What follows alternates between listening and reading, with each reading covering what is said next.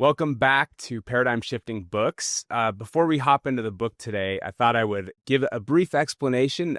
If you've been following us recently, you know that we have been doing weekly episodes, and for the past few weeks, we've been a little bit inconsistent, but there's a really good reason why, and one of the big reasons why is because Britain recently was elevated to the active roster for the Eagles. So if you tune in to any of the Eagles games today, or this week, or the end of the season, or playoffs, hopefully, you'll see Britain back there returning punts and kicks. So Britain, awesome on you that you are elevated again and playing. It does make recording weekly episodes a little bit more difficult. So hopefully you bear with us during the season and understand, got to put first things first. So appreciate your understanding. The other thing I'll mention too is this episode will release around Christmas. So wanted to wish everyone Merry Christmas and Happy Holidays. And actually the timing of this episode, specifically around Disrupt Yourself by Whitney Johnson, is kind of perfect because what is talked about in this book is really a perfect time kind of during the holiday break to reflect on. And it's all about disrupting yourself. So that's what we're going to be talking about today. So the book has become one of the most practical frameworks for understanding how people grow and how careers evolve, and why real progress usually requires stepping back before you move forward. So again, I think it's a perfect time for the episode to drop during the Christmas break for you to potentially reflect on your life or your career. And the framework that Whitney uses is just genius. So the work takes, many of you may have heard of Clayton Christensen, who is a deep thought leader and thinker. And one of the theories he's best known for is this idea of disruptive innovation. Anyone who's been in entrepreneurship before has heard of it, or even if you're in an established company, you've probably heard of the phrase disruptive innovation. And what Whitney did is she actually worked with Clayton Christensen, and she took that same model and basically applied it to personal disruption, not just company disruption. So the model explains why growth feels slow at first, why momentum eventually hits, and why mastery can actually become a trap.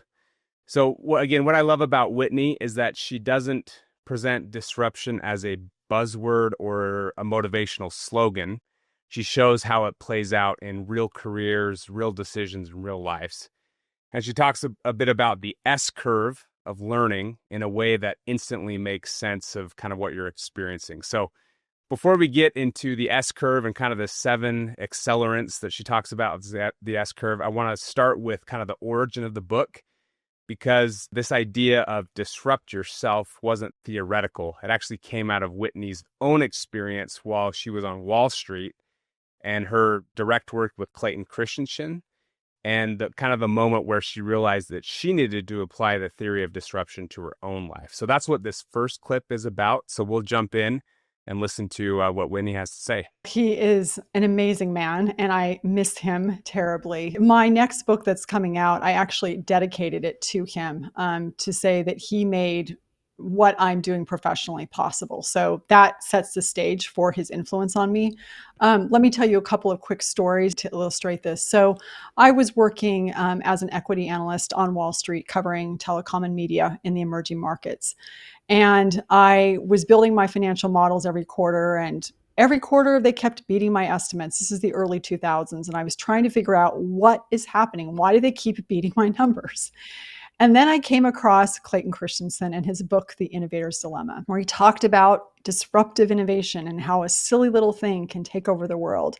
And I realized when I read his book, oh, that's what's happening. Wireless is disrupting wireline. You have these phones, the sound quality isn't very good. It's this silly little thing, but for people who cannot afford a landline, bad sound quality is better than no sound. And so people were just scooping up these phones. And so that was my first really big introduction to him and his work, of having this explanatory mechanism of what was happening in the companies that I was covering as a stock analyst.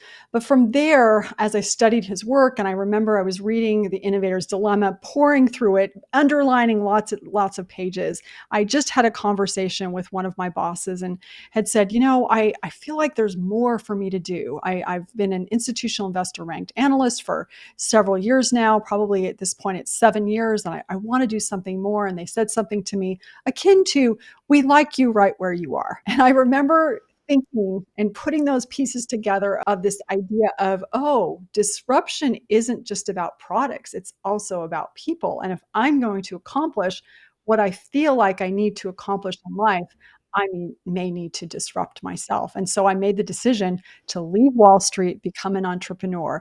And so his work was seminal, formative in my making that decision. First of all, understanding what was happening in the stock market, but also personally making a decision to make a big move in my career. And then the last thing that I will say in terms of his influence, and I think in some ways this is the most important influence, is he was a man who did not separate the secular from the spiritual.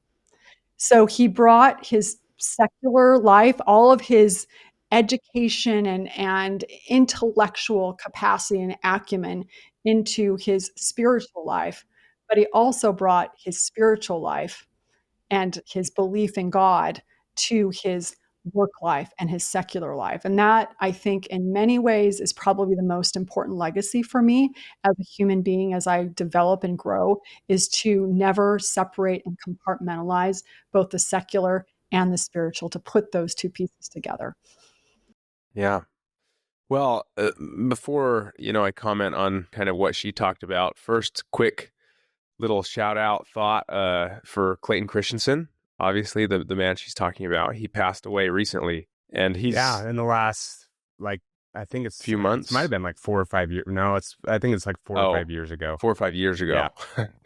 Anyways, someone I have great admiration for, and read a lot of his stuff. So maybe we'll have to do an episode, one of our legendary series episodes on something that he's written. But yes, I mean, I love how in that clip she's so honest about the personal experience that led her to kind of writing this, being at Wall Street at the top of her game, really successful analyst, and just feeling kind of that itch and that nudge to do something different, to branch out, or feeling a lack of fulfillment maybe. And just this idea that came out of it, that disruption isn't just about products, it's about people, it's about you.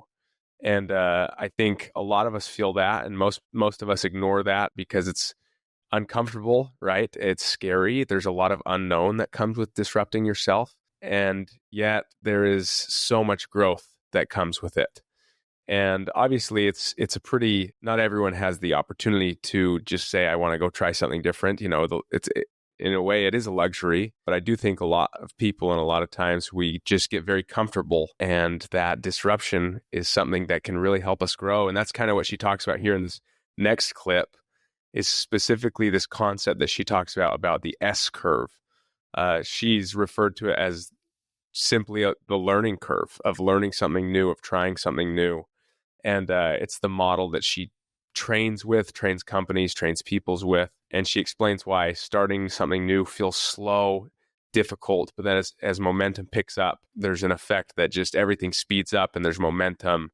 And then at the very top, the mastery of things starts to once again feel more flat and a little bit less exciting. So anyways, we're going to listen to this next clip where she breaks down the S curve. I had this first insight about personal disruption, that disruption doesn't just apply to products, it applies to people. And then the second big insight that I had is we're using the S curve to figure out how quickly an innovation will be adopted, like you said. And then I had this aha, you can sense a theme. I like to apply everything to the individual. I had this aha that the S curve could also help us understand how we learn and how we grow. So every time you and I start something new, we are at the base of that S. And so we're at the base of that S. Growth is happening, but it's not yet apparent. And so it feels slow. We can get discouraged. We can get impatient. We can get frustrated. That's why it's so hard for us to start something and gain momentum, because we're at that base of the S and we can't see or progress is not discernible. But then we put in the effort. And as we put in the effort, we accelerate, we hit the knee of that curve and that sleek, steep back of the S. And now, whereas it took a lot of time for a little bit to happen, now in a little time, a lot happens. And it's hard, but it's not too hard. It's easy, but it's not too easy. All of your neurons are firing. It's exhilarating. It looks and it feels fast. And it is just the sweet spot of that S curve. And then as you approach mastery, you will be very good at what you were doing. In fact, so good that you can get a little bit bored. You're considered a master. And so whereas at the launch point you were overwhelmed, now you're somewhat underwhelmed because you're no longer enjoying the feel-good effects of learning.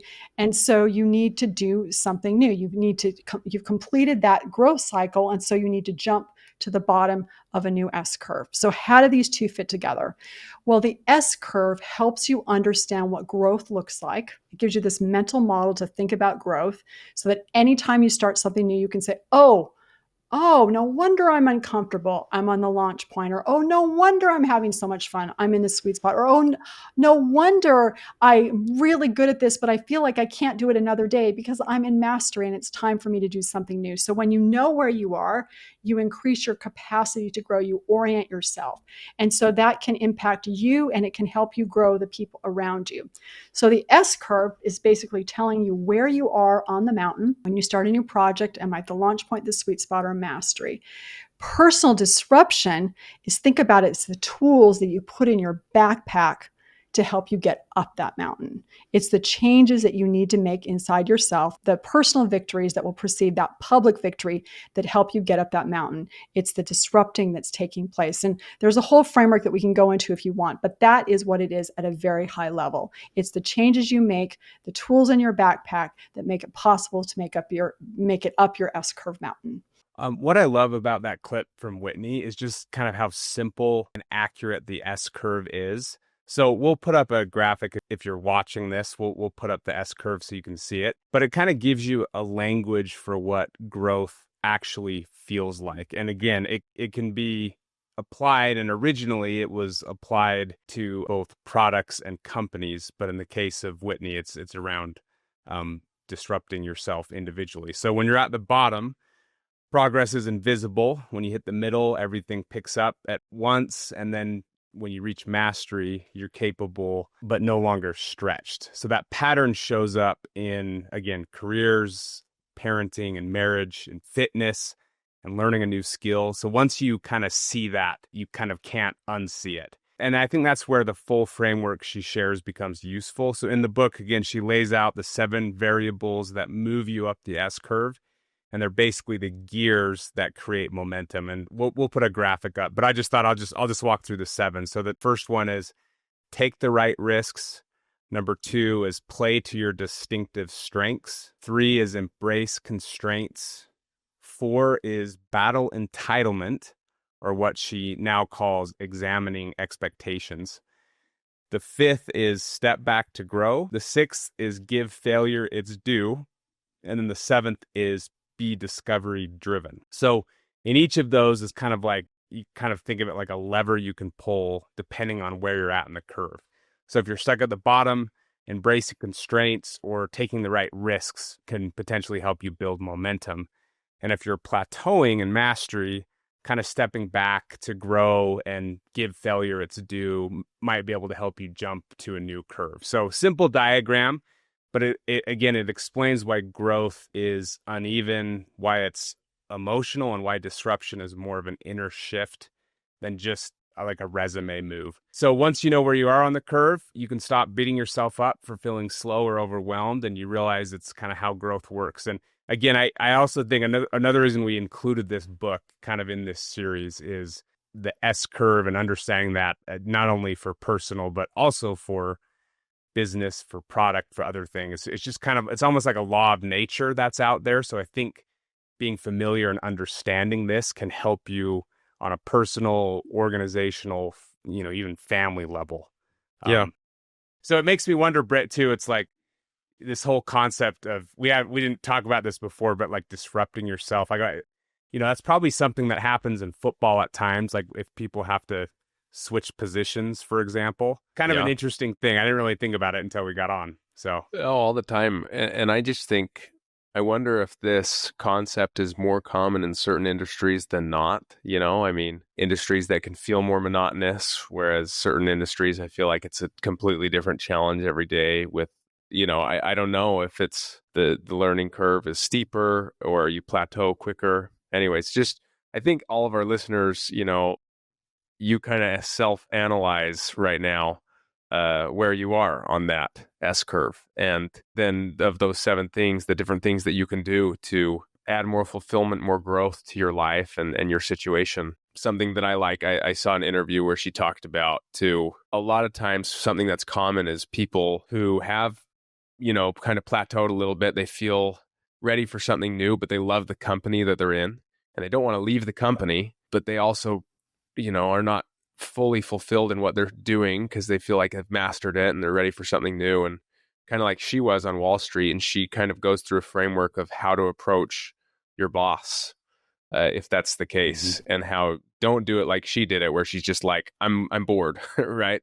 She says, you be the proactive one. You find something in the company, say, look, I want to stay. Here's where I've noticed we could use, here's a problem that we have in this company that I feel like I can help fix.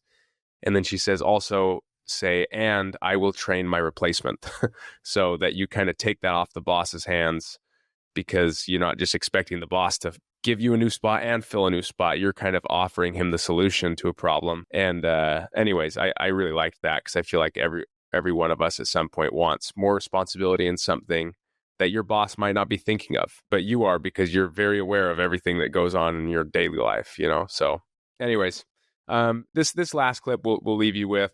It's beautiful because it talks about failure. And I think a lot of us fear that failure. I think that's a lot of times, in fact, why we don't self-disrupt. Not that we need to all the time, but there are times when we don't do it for fear of failure. And so she kind of talks about, treating failure less, more steps to success, less of a verdict on who we are. And she pushes back on that. So we'll leave you with this. Thanks for listening. We really appreciate it.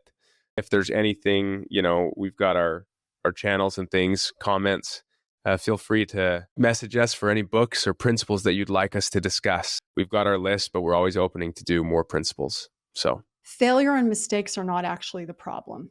It's the shame that we associate with the mistakes. It's when that failure or that mistake, that thing that didn't work, becomes a referendum on us. And that some people are much better at that than others. I remember not too long ago when I was actually interviewing Alan Mulally, who was the CEO of Ford, and he turned Ford around. He was the CEO of Boeing Commercial Airplanes. And I had a question for him. I said, how do you think about failure? I mean, I'm an oldest child. I tend to be a perfectionist. I don't take failure well, or historically did not. And I said, so how do you think about failure? And he said, I don't. And I said, no, really, like, how do you think about failure? And again, he said, I don't. And I took one more lap trying to ask him again. He said, I don't think about failure. He said, when I make a mistake, I see it as a gem. It's something to learn.